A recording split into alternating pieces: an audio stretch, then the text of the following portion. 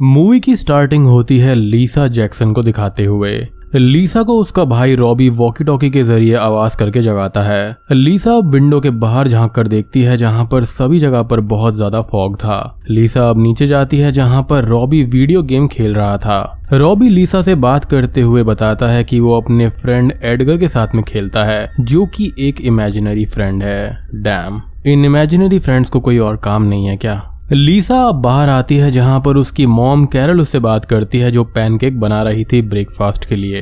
Carol लीसा से laundry के लिए बोलती है। कैरल उसको ये पूछती है कि कल उसका बर्थडे है और वो कहीं पर जाना चाहती है, जिस पर लीसा कहती है कि वो कल ही बताएगी। कैरल भी ये बताती है कि उसके डैड आज मॉर्निंग से ही कार को ठीक कर रहे हैं एंड लीसा यहाँ पर अपने घर पर काफी फ्रस्ट्रेटेड सी लग रही थी। अब मूड तो खराब रहेगा ही ना, बेचारी का बर्थडे है और उसको कुछ गिफ्ट भी नहीं दे रही है कैरल। लेकिन अगर कैरल को कैश करो ऐप का पता होता तो वो ऑनलाइन शॉपिंग करके 50 to 80% डिस्काउंट भी ले सकती थी, मतलब कि कैशबैक भी मिलता और लड़की भी खुश हो जाती। कैश करो ऐप एक ऐसी बेहतरीन एप्लीकेशन है जिसके जरिए आप ऑनलाइन साइट्स पर शॉपिंग करके पैसा कमा सकते हैं। कैश करो के जरिए अलग अलग वेबसाइट से शॉपिंग करके जरूरत की चीजें मंगवा सकते हो जिससे आपको कैशबैक भी मिलेगा।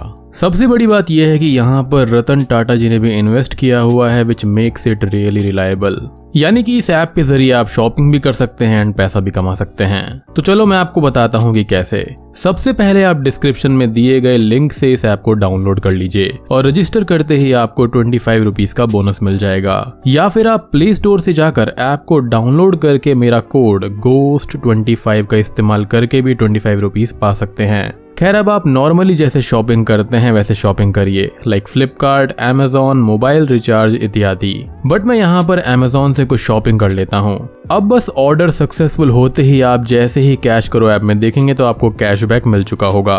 अब जैसे ही आपका कैशबैक कंफर्म हो जाए आप इसको सीधा अपने बैंक अकाउंट में ट्रांसफर कर सकते हैं या फिर आप इसको अमेजॉन वाउचर में भी कन्वर्ट कर सकते हैं। और दोस्तों आज की इस वीडियो के अंदर मैं गिव अवे भी करने वाला हूँ। इस गिव अवे के 3 रूल्स हैं। आपको प्ले स्टोर से कैश करो ऐप डाउनलोड करना है मेरा कोड इस्तेमाल करके जो कि है GHOST25। आपको कोई भी चीज परचेज कर लेनी है, वो छोटी से छोटी चीज भी हो सकती है जैसे कोई भी स्विगी ऑर्डर हो गया, रिचार्ज हो गया, शॉपिंग इत्यादि, एंड अपना ऑर्डर कैंसिल नहीं करना है। तीसरा काफी सिंपल है, आपको चैनल को सब्सक्राइब और एक कमेंट करना है। फर्स्ट विनर को मिलेगा एक boat Bluetooth speaker, second winner को अमेजॉन वाउचर मिलेगा वर्थ ₹500 और थर्ड विनर को मिलेगा 300 रुपीज का गिफ्ट वाउचर। कैश करो के जरिए आप 1500 से भी ज्यादा वेबसाइट्स के जरिए कैशबैक का लाभ उठा सकते हैं, तो देर किस बात की है। डिस्क्रिप्शन में दिए गए लिंक से कैश करो ऐप को डाउनलोड करें एंड लाभ उठाएं।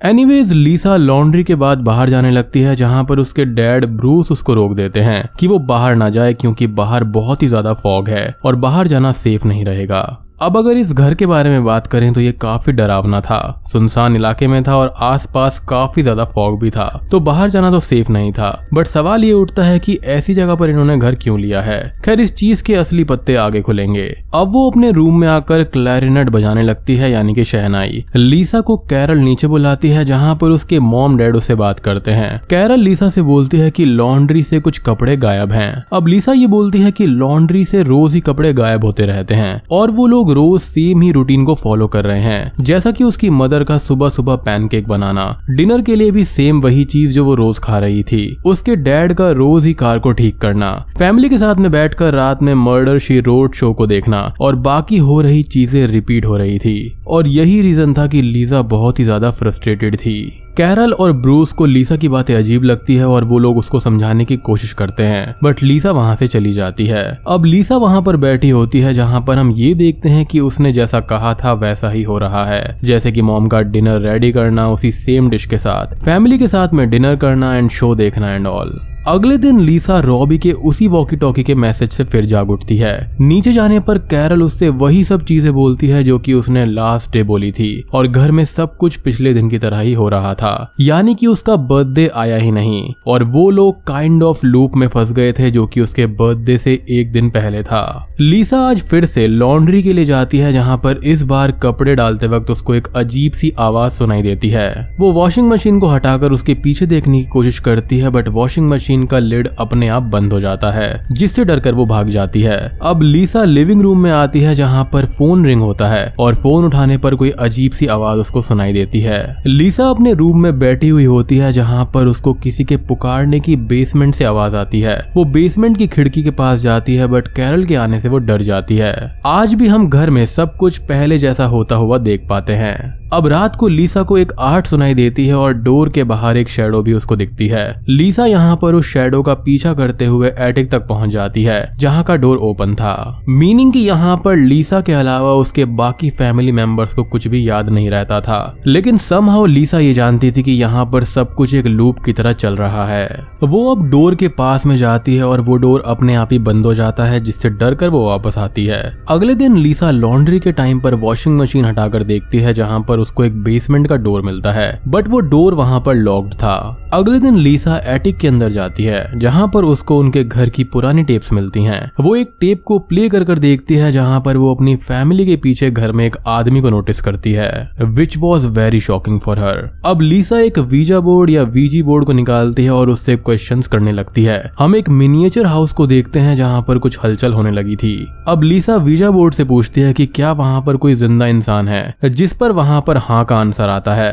तभी वहाँ पर एक आदमी आ जाता है जिससे डरकर लीसा वहाँ से भाग जाती है। अब तभी डिनर करते टाइम एक अजीब चीज होती है जो कि इस लूप से हटकर थी। उसके डैड सिगरेट स्मोक करने लगते हैं, जिस पर लीसा थोड़ी सी शॉक्ड हो जाती है क्योंकि उसके डैड कभी स्मोक करते ही नहीं थे एंड ये रूटीन का पार्ट नहीं था। वो अपने डैड से इसके बारे में बोलती है बट ब्रूस और कैरल को लीसा की बातें अजीब लगती है।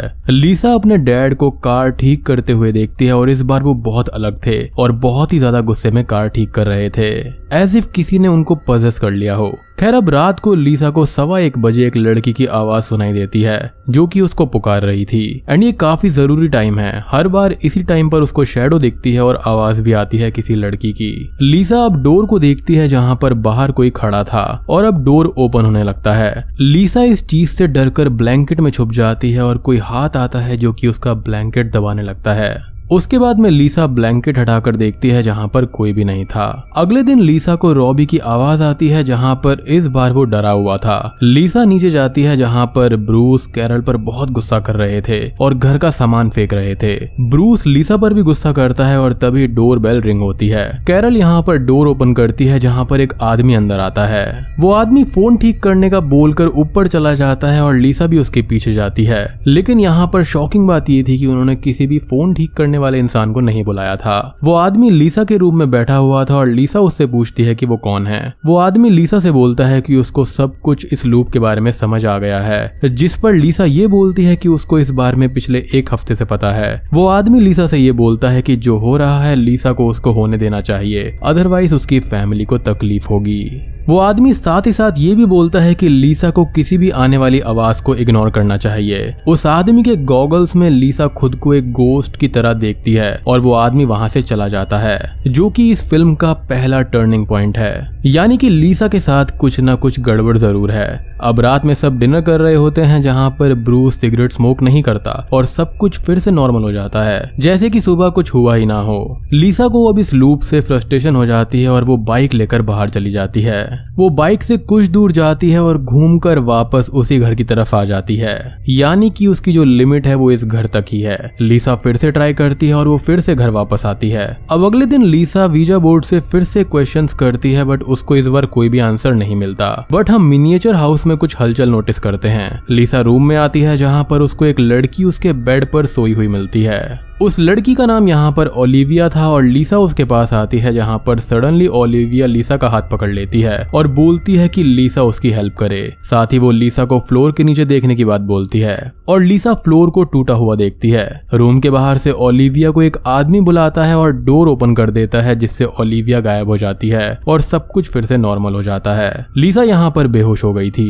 अगले दिन लीसा जागकर मैट फ्लोर को चेक करती है जहाँ पर उसको एक फाइल मिलती है। उस फाइल के अंदर बहुत सारी पेपर कटिंग्स थी जो कि मिसिंग गर्ल्स की थी ओवर द इयर्स। और शॉकिंगली लीसा को उस फाइल के अंदर बेसमेंट डोर की चाबी मिल जाती है और वो बेसमेंट चेक करने जाती है। बेसमेंट में लीसा को बहुत सारा सामान मिलता है जो कि उन लड़कियों का था जो कि इस घर से काफी टाइम से मिसिंग हुई थी। साथ ही साथ वहां पर लीसा को एक लिक्विड ईथर पॉइजन की बोतल भी मिलती है। बेसमेंट के अंदर लीसा को एक चिमनी भी मिलती है जहाँ पर उसको एक मिसिंग लड़की फ्रांसिस की स्पिरिट दिखाई देती है और वो सडनली आग में जलकर मारी जाती है। लीसा इस नज़ारे को देखकर बेसमेंट से बाहर आ जाती है। अब डिनर करते हुए एक कॉल आती है जो लीसा के लिए थी। लीसा उस कॉल पर बात करती है जहाँ पर वही आदमी था जिसका नाम एडगर होता है। वो लीसा से बोलता है कि वो जिंदा लोगों से दूर रहे, अदरवाइज उसकी फैमिली के लिए अच्छा नहीं होगा। यानी कि यहाँ पर एक चीज क्लियर हो गई है कि ओलिविया यहाँ पर जिंदा लड़की है। अब कॉल कट होने के बाद में लीसा डिनर टेबल पर देखती है जहाँ पर यंग एडगर बैठा हुआ था। एडगर लीसा के अलावा यहाँ पर किसी और को दिखाई नहीं देता और वो लीसा से ये बोलता है कि वो जब चाहे उनको वो दिखा सकता है जो वो चाहता है। अब लीसा अपनी फैमिली को डेड देखती है जिनकी बॉडी धीरे धीरे खराब होकर गायब हो जाती है। ये सब देखकर लीसा रोने लगती है। तभी ब्रूस, कैरल और रॉबी उसको चुप कराते हैं एज अभी सब कुछ नॉर्मल हो गया था। और बात करें यहाँ पर लीसा और उसकी फैमिली की तो वो गोस्ट हैं या फिर स्पिरिट्स कह सकते हैं। लीसा अब अपने रूम में आती है जहाँ पर उसको फिर से किसी के बुलाने की आवाज आती है जो कि किसी और की नहीं बल्कि ओलिविया की थी। लीसा ओलिविया से दूर रहने को बोलती है और तभी उसको बाथरूम से वाटर टैप की आवाज आती है। बाथरूम के मिरर में वो दूसरी साइड ओलिविया को देखती है और उसको टच करती है। टच करने पर सब कुछ बदल जाता है और अब लीसा ओलिविया की बॉडी में थी। लीसा ओलिविया के रूम में एक क्लैरिनेट देखती है, यानी कि इन दोनों में काफी ज्यादा समानताएं हैं। अब लीसा को उस रूम के अंदर न्यूज़पेपर कटिंग भी मिलती है जो कि अप्रैल 23, 1985 की थी। इस पेपर कटिंग में लीसा अपनी ही फैमिली की डेथ की न्यूज पढ़ती है और डेथ का रीजन यहाँ पर एनेस्थीसिया लिखा हुआ था। लीसा को इसी चीज की लिक्विड बॉटल बेसमेंट के अंदर भी मिली थी।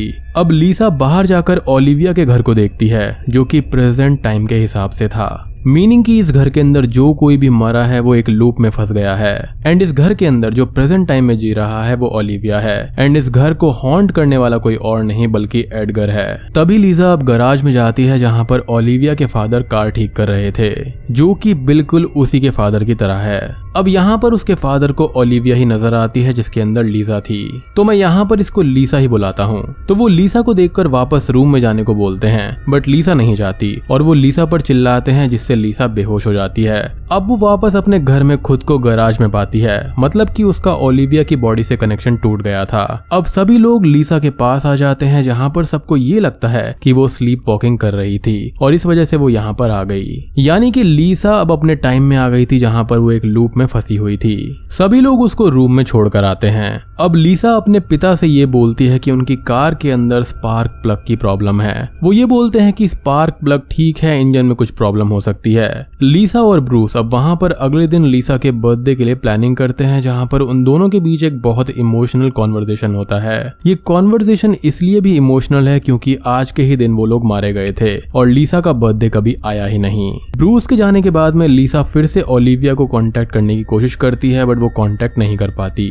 लीसा को अब वॉकी टॉकी पर रॉबी की वॉइस सुनाई देती है जहां पर रॉबी ये बोलता है कि वो एडगर के साथ बेसमेंट में है। लीसा रॉबी के लिए परेशान हो जाती है और वो बेसमेंट में चिमनी के अंदर जाती है। चिमनी के अंदर लीसा को रॉबी नहीं मिलता क्योंकि एडगर ने उसको ट्रिक किया था।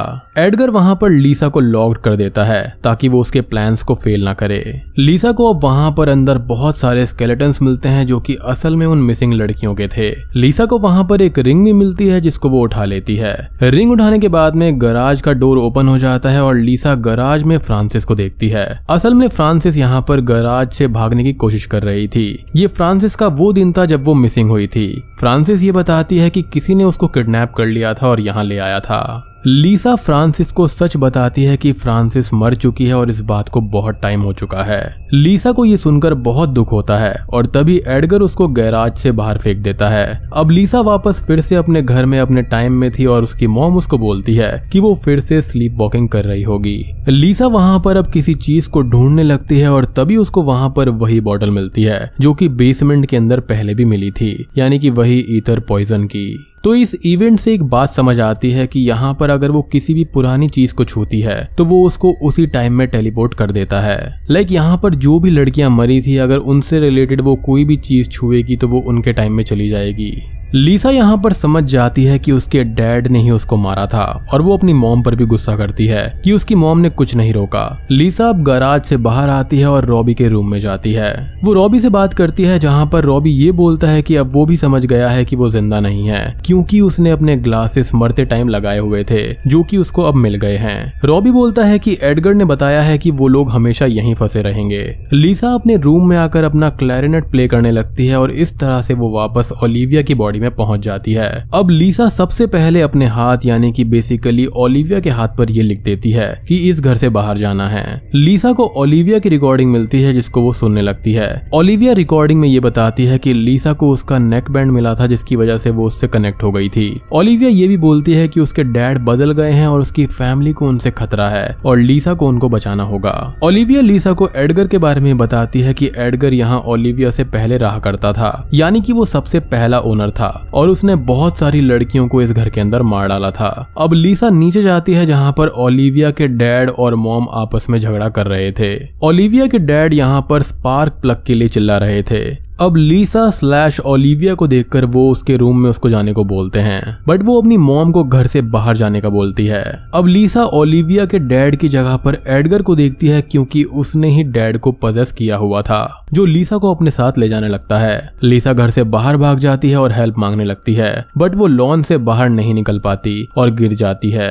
जैसा कि मैंने आपको बताया कि उनका जो दायरा है वो इतना सही है, जहाँ पर एडगर उसको ये बोलता है कि वो इस घर से कभी भी बाहर नहीं जा पाएगी क्योंकि वो एक गोस्ट है। साथ ही साथ एडगर ओलिविया के हाथ से लीसा का लिखा हुआ मैसेज भी मिटा देता है। अब लीसा अपने टाइम में वापस जागती है जहाँ पर उसकी मॉम उसके पास में बैठी हुई थी। कैरल लीसा से बोलती है कि लीसा सच कह रही थी और फाइनली अब कैरल भी जाग जाती है, मतलब वो समझ गई थी कि वो लोग मर चुके हैं। कैरल ये बताती है कि लॉन्ड्री से कुछ कपड़े हमेशा इसलिए गायब रहते हैं क्योंकि कैरल ने उस रात अपने घर से बच्चों के साथ भागने की कोशिश करी थी एज वो ब्रूस से डरने लगी थी और ब्रूस को भी यहाँ पर एडगर ने ही पजेस किया था, बट वो भाग नहीं पाए और मारे गए। दोनों हक करके इमोशनल हो जाते हैं एंड यहाँ पर कैरल के लिए जो ट्रिगर था वो कपड़े थे। जैसे कि रॉबी ने मरते वक्त वो ग्लासेस पहने हुए थे, तो ग्लासेस पहनते ही उसको याद आ गया कि वो मर चुके हैं। ऐसे ही यहाँ पर कैरल के हाथ में उस दिन कपड़े होंगे। अब लीसा गैराज में ब्रूस के पास में जाती है जहाँ पर वो ब्रूस को ये बोलती है कि स्पार्क प्लग कहीं भी नहीं है और उसको ब्रूस ने ही कहीं पर खो दिया है। लीसा ब्रूस को प्लग ढूंढने के लिए बोलती है और ब्रूस को प्लग मिल जाता है। ब्रूस अब जैसे ही प्लग फिट करके कार को स्टार्ट करता है उसको सब कुछ याद आ जाता है, मीनिंग कि वो भी जाग गया था और समझ गया था कि वो एक लूप में फंस गए हैं और मारे जा चुके हैं, क्योंकि सबको मारने से पहले उसने उस स्पार्क प्लग को अलग निकाल के रखा था। अब ब्रूस को उस रात की सारी बातें याद आती हैं कि उसने किस तरह से सबको मार दिया था और वो रोने लगता है। अब जैसे ही ये चारों समझ जाते हैं कि ये लोग मारे जा चुके हैं और एक गोस्ट हैं, तो पूरा घर कोलैप्स होने लगता है और बदल जाता है। यानी कि इस लूप से बाहर निकलने का और एडगर के चंगुल से बाहर निकलने का एक ही तरीका था कि इनको अपनी मौत के बारे में याद आना चाहिए। लीसा सबको बाहर जाने का बोलती है और सब बाहर चले जाते हैं, जहाँ पर अब फॉग को हटाते हुए सन दिखाई देने लगा था। अब लीसा अपनी फैमिली के साथ में इस घर से बाहर नहीं जाती। वो डिसाइड करती है कि वो इस घर में रुककर सभी मिसिंग गर्ल्स को बचाएगी और साथ ही साथ ओलिविया को भी। अब अचानक से ही ये घर यंग एडगर के टाइम का हो जाता है। लीसा ऊपर जाती है जहाँ पर वो एडगर को अपने ही पेरेंट्स को मारते हुए देखती है और यहीं से ये सब कुछ शुरू हुआ था। लीसा वहां से जाकर रूम में छुप जाती है। लीसा उस रूम के जरिए ओलिविया से कनेक्ट होने की कोशिश करती है, उसको बुलाने लगती है और वो ओलिविया की बॉडी में पहुंच जाती है। अब लीसा जो कि ओलिविया की बॉडी में थी वो बेसमेंट के अंदर जाती है जहां पर वो मारे गए सब लोगों की चीजों को टच करके उनको बुलाने लगती है। बट ओलिविया के फादर के अंदर एडगर था जो कि वहां पर आकर उसको बेहोश कर देता है। ओलिविया अब खुद को कार में बंधा हुआ पाती है, बट वो खुद को एक लाइटर की हेल्प से फ्री कर देती है। अब एडगर आकर कार को स्टार्ट करता है और कार के अंदर जो टाइम था वो 1:15 था, 1:14 AM टू बी प्रिसाइज, और एडगर सबको इसी टाइम पर मारा करता था। अब लीसा उसको पीछे से चोक करती है और कार से बाहर निकलकर गैराज से बाहर भाग जाती है। अब यहाँ पर उसको ऐसा लगता है कि उसने सभी मिसिंग गर्ल्स की चीजों को छुआ था और वहाँ पर कोई भी उसकी मदद के लिए नहीं आया। लेकिन जैसे ही लीसा बाहर जाती है उसके पीछे वहाँ पर एडगर आ जाता है जो कि उसको मारता है, बट तभी वहाँ पर फ्रांसिस की स्पिरिट आ जाती है, यानी कि इन स्पिरिट्स ने उसकी बात सुन ली थी। अब यहाँ पर फ्रांसिस एडगर की सोल को सोल वर्ल्ड में ले जाती है जहाँ पर जितनी भी मिसिंग गर्ल्स की स्पिरिट्स थी वो भी आ जाती हैं। वो उसको घेर लेती हैं और फाइनली उसको खत्म कर देती है। वो अपनी चिमनी में जलकर खत्म हो जाता है और एडगर के पोजेशन से हटने के बाद ओलिविया के फादर भी ठीक हो जाते हैं। अब ओलिविया को बाय बोलकर लीसा भी वहां से चली जाती है। मूवी के आखिरी सीन में लीसा रॉबी के वॉकी टॉकी से जागती है और आज उसका बर्थडे था, यानी कि ये लूप फाइनली खत्म हो गया था। फाइनली वो अपने बर्थडे वाले दिन पर आ गई थी और यहाँ पर एडगर का श्राप और जो भी यहाँ पर उसने सबको लूप में फंसाया था वो सब खत्म हो गया था। वो नीचे जाती है जहाँ पर ब्रूस, कैरल और रॉबी उसको विश करते हैं और फाइनली अब लीसा घर के बाहर कदम रखती है। अब यहाँ पर बात करते हैं कुछ थ्योरीज वगैरह के बारे में। सो बेसिकली ओरिजिनली ये घर जो था एडगर और उसके पेरेंट्स का था। एडगर के अंदर बचपन से ही सीरियल किलर बनने के लक्षण थे, तो उसने अपने पेरेंट्स को मार डाला। उसके बाद में वो लड़कियों को किडनैप कर यहाँ पर एनेस्थीसिया का इस्तेमाल करता था। यहाँ पर जितनी भी लड़कियां मरी थी और जितनी भी फैमिलीज मरी थी वो सभी यहाँ पर लूप में फंस जाया करती थी, यानी कि ना ही वो लिविंग वर्ल्ड के अंदर है और ना ही वो आफ्टर लाइफ में जा सकती हैं। यहाँ पर एडगर का जो असली खेल खराब करा वो लीसा ने खराब करा। अभी तक किसी भी लड़की की इतनी हिम्मत नहीं थी कि वो उसको रोक पाए, लेकिन लीसा ने ऐसा करा।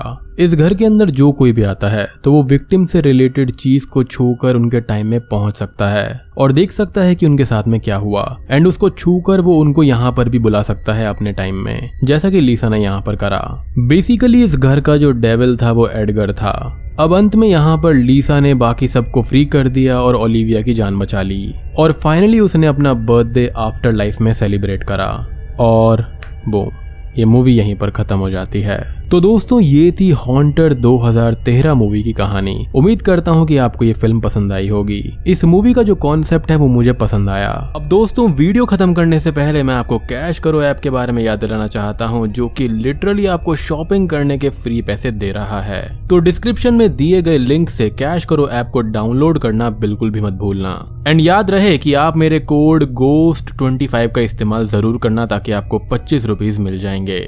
आप यहाँ पर लिटरली ढेर सारे पैसे बचा सकते हो और हर चीज पर कैशबैक कमा सकते हो। आप कमेंट करके बताना कि आपको ये फिल्म कैसी लगी और वीडियो कैसी लगी। चैनल पर नए हैं तो सब्सक्राइब कर दीजिए। तो मैं आप सबको मिलता हूँ अगली वीडियो के साथ में, तब तक के लिए